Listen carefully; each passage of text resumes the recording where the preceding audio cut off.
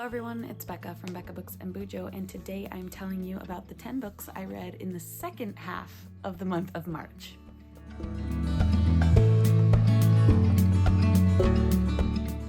So I read a grand total of 20 books in March, and I knew I was going to read a lot, so about on the 15th of the month, I posted my first half of the month reading wrap-up, and today will be the second half of the month reading wrap-up. I will link the first reading wrap-up up above in the cards, and I'll put it in the description box down below so that you can hear more about the titles, but I am going to tell you the titles in a list quick to just give you a rundown of all of the books I read in March and their star ratings. But first, I'm a numbers gal, so we've got to get to the stats. Sorry, I've got my spreadsheet up so that I can tell you the exact numbers. So, again, I read 20 books, and that totaled to be 5,938 pages.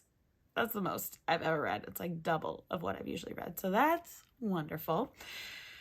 For the genre that these books were categorized as, 2 were classics, 6 were contemporary, 2 were fantasies, 4 were historical fiction, 2 were memoirs, 1 was a nonfiction, 1 was sci-fi, and 2 were thrillers.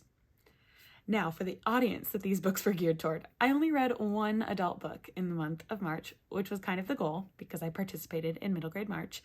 2 of them were YA, and 17 of the books I read were middle grade. So that's wonderful for middle grade March.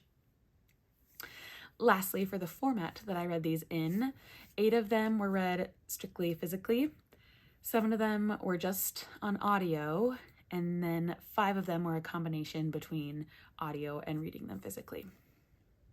Lastly, my average rating for all 20 books was a 4. So I kept my average rating pretty high. I think last month was astronomically high with like a 4.33 or something crazy. But a 4 I think is a really good average rating. So for the year, I like to kind of share this to see how we're doing for the year. But where does it say this? For the year, my average rating is a 4.2. So we're keeping it at a 4 or above, and I love that for my reading life. That's wonderful. Okay, so now let's quickly just tell you the titles that I went over in the first half of the month. Okay, so the first book I read in the month was Otter by Katherine Applegate, and I gave that 5 stars. Book number 2 was Patina by Jason Reynolds, and I gave that 4 stars. The next book I read was When Stars Are Scattered by Omar Muhammad and Victoria Jameson, and I gave that one 5 stars. Then I read Brown Girl Dreaming by Jacqueline Woodson, and I gave that 4 stars. Next, I completed my 1 adult book for the month, which was Lessons in Chemistry by Bonnie Garmis, and I gave that 5 stars. My next book was Other Words for Home by Jasmine Warga, and I gave that 5 stars. Another Jasmine Warga, my next book was A Rover's Story, and I gave that 4 stars. I then read one of my young adult books for the month, and that was Spy Family Volume 4 by Tatsuya Endo, and I gave that 4 stars. Next, I read Two Night Owl from Dogfish by Holly Goldberg Sloan and Meg Wolitzer, and I gave that book 4 stars. And the last one that I'm just listing here, I read The War I Finally Won by Kimberly Brubaker Bradley, and I gave that 3 stars. So now we're getting into the more in-depth reviews. And in the last video, I told you what date I finished them on so that you could go back and reference the vlog that I talked about it in. I vlogged every day in March. I actually did it. I'm so proud of myself. So I will tell you what date I finished the book on, and we'll go in order. So if you want to hear more in-depth thoughts, you can go to that vlog and see what I thought about it. But let's start with the first book I finished in the second half of the month, and I finished it on March 16th. And that is Keeper of the Lost Cities by Shannon Messenger. This is such a wonderful fantasy about our main character, Sophie, who discovers that she is an elf. Her life is completely changed when she goes to the elvish world and learns more about her powers and what she can do. And she makes friends along the way. She goes to school. It is a very Harry Potter feeling book, just the emotions and feeling you get when you first read Harry Potter.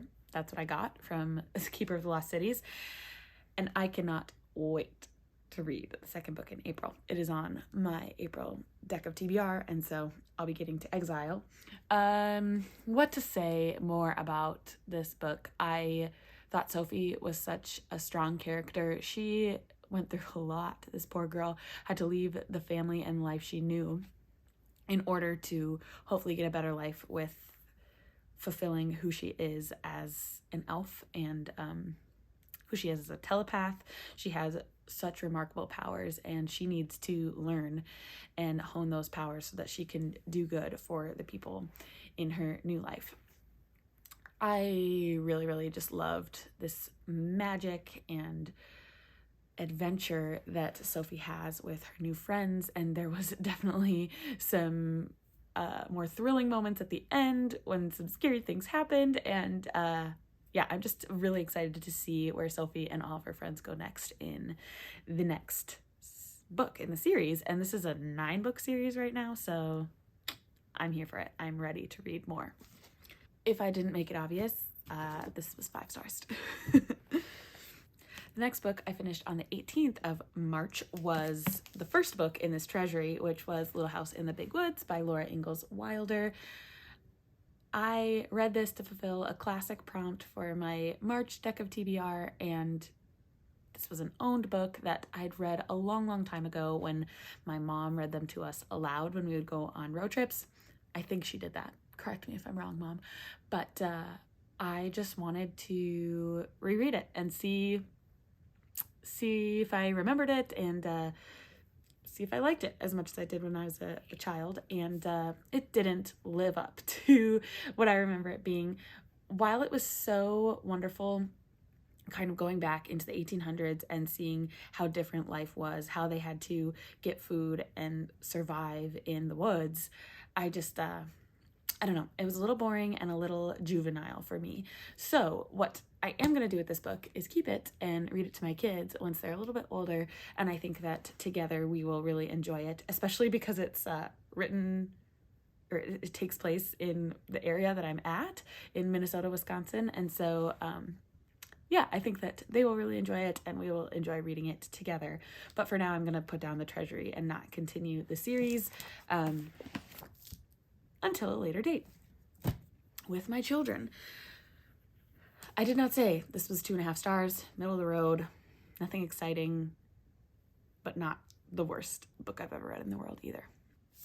The next book I finished was on the 20th of March, and that is The Wishing Spell, which is the first in the Land of Stories series by Chris Colfer.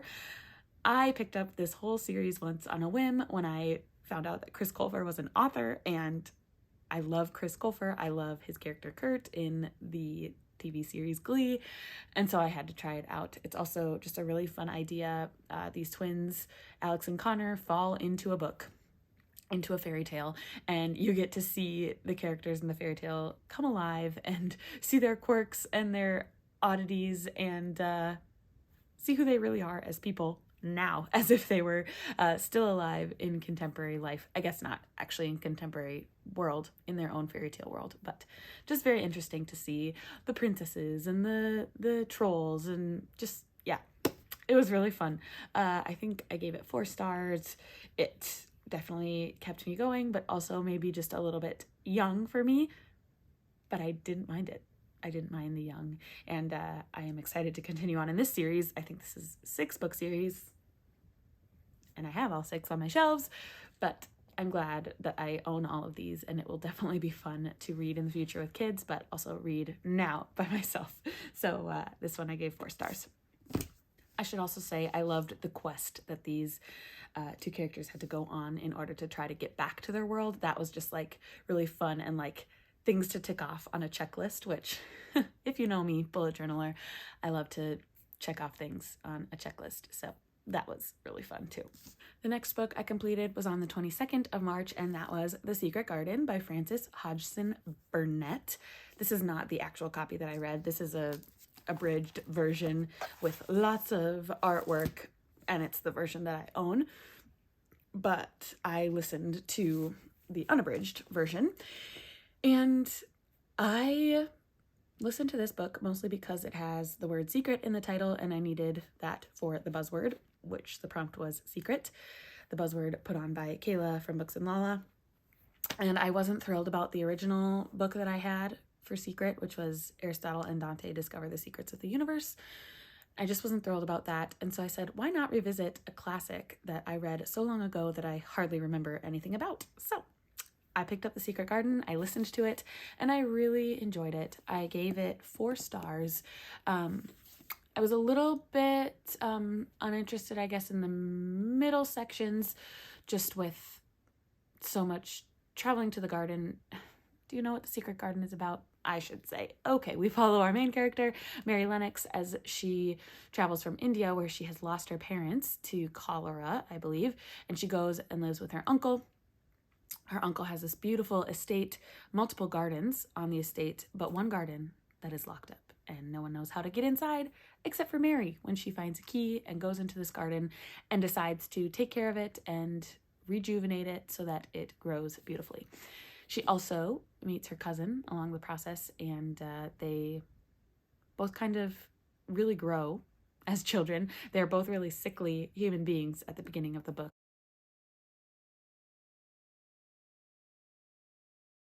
And then they are able to grow into thriving young children as the garden grows into this beautiful place outside. So, yeah, I enjoyed the juxtaposition of the garden growing and the children growing. And then I also, which I did not remember from my childhood reading, I really enjoyed the healing that happened with Mary's dad, or Colin, is that his name? Her cousin, Colin's dad, Mary's uncle, Colin's dad. He was severely depressed after losing his wife, and he was able to do some serious healing and recreate the relationship with his son that he had always hoped for. And so I really liked that kind of more adult perspective that we got. So yeah, I liked it. 4 stars. Definitely still a really great classic, and glad I read it this month.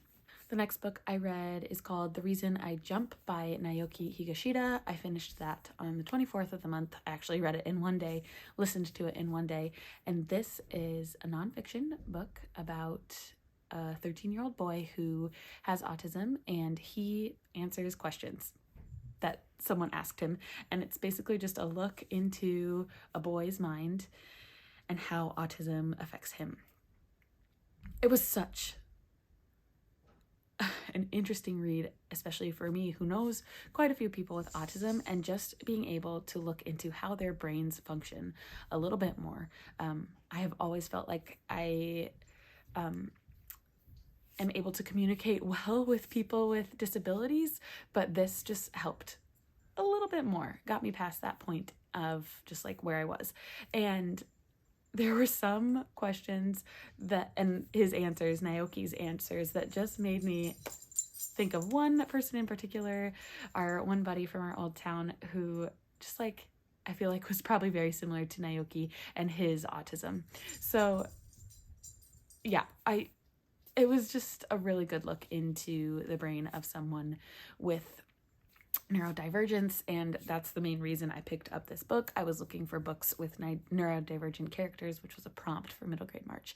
So really glad I read this. This was a 4.5 star read for me. Next, I just wanted a little break in between my middle grade, so I picked up Spy Family Volume 5 by Tatsuya Endo, and this was probably my least favorite book in the Spy Family series, just because it was slow, not much happened, and it was, I guess, a little goofy. I don't know. I can't even remember it, which is a bad sign, right? After coming off of Volume 4, which I really, really liked, one of the best in the series so far, this one just like fell flat, definitely. So I'm still going to continue on in the series. I believe there's 10 in the series, this manga series, but yeah, this one just fell flat. So it was a 2 star for me. Still enjoyed my time with it because I enjoy these characters so much, Anya, Lloyd, and Yor. I should say, this is about a family that is formed because the dad, or the man in the family, Lloyd, who is also a spy, Twilight is his name. He has to create this family so that he can complete a mission. He adopts his daughter, Anya, who is a telepath, and fake marries Yor, who is an assassin. And nobody knows who each other is except for Anya, the 5-year-old, 6-year-old girl who's a telepath. So super fun, enjoyable manga. This is my first dip into manga, and maybe my only dip into manga. I've also tried The Promised Neverland, but I enjoy this more than maybe some of the more action-packed manga, we could say. Anyway, that's Spy Family. I realize my library is put the code right here, so Spy Family by Tatsuya Endo. Okay, did I say I started that, finished it on the 25th of the month. The next book I completed was on the 27th of March, and that was Mockingbird by Catherine Erskine. And this was really, really difficult to read in the timing that I read it, because I believe the day I finished Mockingbird was the day of the shooting in Nashville at the Covenant School. So that was really heartbreaking because this deals with a school shooting. This is about a young girl named Caitlin. She has Asperger's, and I should say I know that is now called autism spectrum disorder, but this book was written in 2010, and so they refer to it as Asperger's.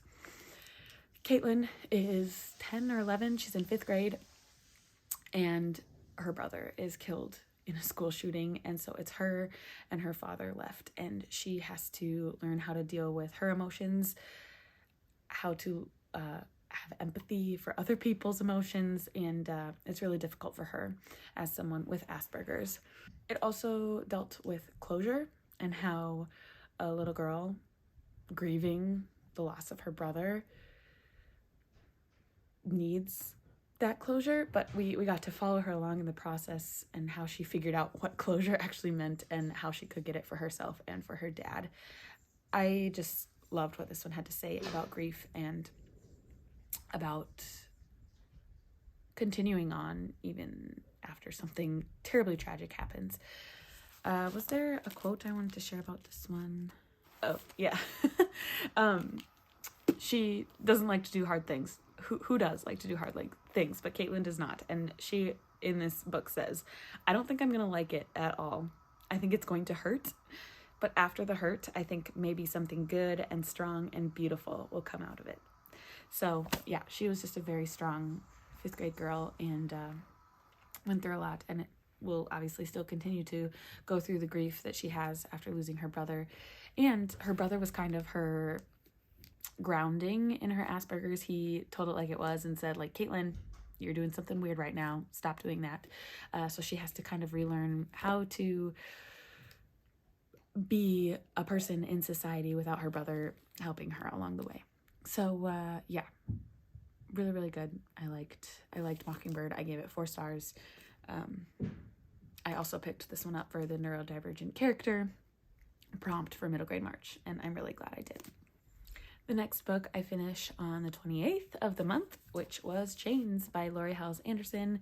This is a historical fiction set in the Revolutionary War time, and we follow 2 sisters, Isabel and Ruth, as they are sold around to different owners in slavery. Isabel is one of the strongest girls I have ever read about in a book. She is so smart and able to fight for her and her sister and do what is right for them when it needs to happen. And she's witty and able to negotiate with white people, which I feel like is maybe a little bit far-fetched, but the way she's able to help herself and really make things work for her and her sister is very impressive. Basically, Isabel lives in New York City with terrible, terrible owners who are Tories, which are people who support the crown. And obviously, they're in the losing side of the Revolutionary War, but she kind of helps out on both sides. She's like a spy for the rebels at one point, but then also supports her masters because she has to, and then feeds the rebels, and she's just kind of back and forth, but always doing things to better her life and her sister's life. This was a really, really good book. I picked up the second one pretty much immediately after reading the first in this Seeds of America series, and I have to thank my husband for this because he got it for me when he was on the East Coast in Boston. And at first I was like, Willie, why did you get me this book that I know nothing about? But really glad he got it for me, and I was actually happy to buddy read this with Krista this month. This covered my award winner other than Newbery, and really glad I read it. And you'll hear about Forge in about 2 minutes, the second book in the series. So then the next book I read, started and finished on the 30th of the month. This was The Shape of Thunder by Jasmine Morga. Oh, did I say Chains? I gave 4.5 stars. Sorry. Now going back to The Shape of Thunder by Jasmine Morga. This was another book about a school shooting, and I know some people are like, they need to not read about that when that's happening or there's something devastating going on in the world surrounding that topic.